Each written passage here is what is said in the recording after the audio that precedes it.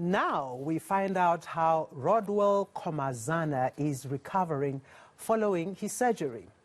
The 9-year-old Zimbabwean boy was mauled by a hyena sometime in May. The boy lost his nose, left eye, most of his upper lip during the attack. Now the South African plastic surgeons have since come together to reconstruct Khomazana's face. The Smile Foundation is also facilitating South Africans who want to help him. Let's get an update with Dr. Ridwan Mia, who led the operation. Dr. Ridwan, thank you very much for joining us this afternoon. What's the latest on this young gentleman? Good afternoon. Yes, Rodwell is doing very well. He's recovered well from all of his surgeries so far. He's been to theatre 6 times already, and I must say that he's made a good recovery thus far. There are some minor wounds that need dressing going forward, and he is due to leave the hospital tomorrow. He will be staying in Joburg though, and our group of therapists, which have all been amazing, they're all doing their work pro bono for him as well. They will be continuing to see him, and us as doctors will be following up regularly. He'll be coming through as an outpatient. And, he's waiting for his prosthetic eye and nose to be made.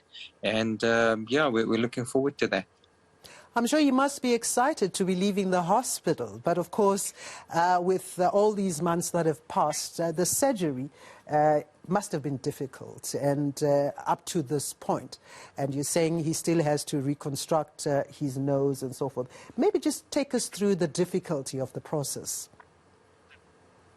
Yes, I think, firstly, it was a terrible injury from a hyena. So, there were issues with trying to get over infections and trying to make sure that we don't develop any new ones over the open areas. There was open tissue exposed. In addition to that, just the area of concern, to the middle part of the face where all the nose was missing, all the entire upper lip, parts of the lower lip, cheeks, forehead were missing.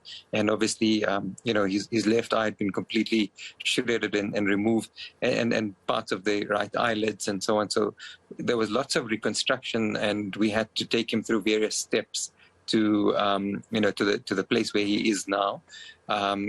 We had quite a few big surgeries and a couple of little ones in the process, and it was planning and logistics among the various specialists that had all joined the team.